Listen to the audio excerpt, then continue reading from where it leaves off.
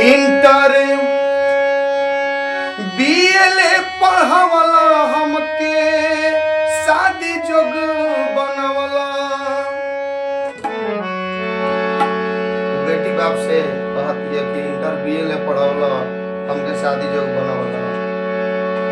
Inter BLA पढ़ावला हमके शादी जोग बनवला।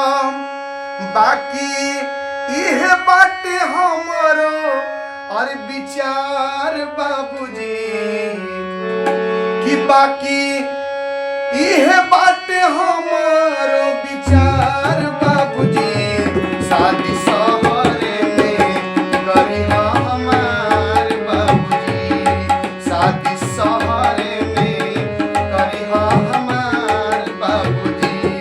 इंटर बीए में पढ़ावला हमके शादी जोग बनवला। इंटर बीएलए पढ़ावला हमके शादी जोग बनवला। बाकी इहे बात करी हो विचार बाबूजी, बाकी इहे बात करी हो विचार बाबूजी। शादी शहरे में करिहा हमार बाबूजी, शादी शहरे में करिहा हमार बाबूजी।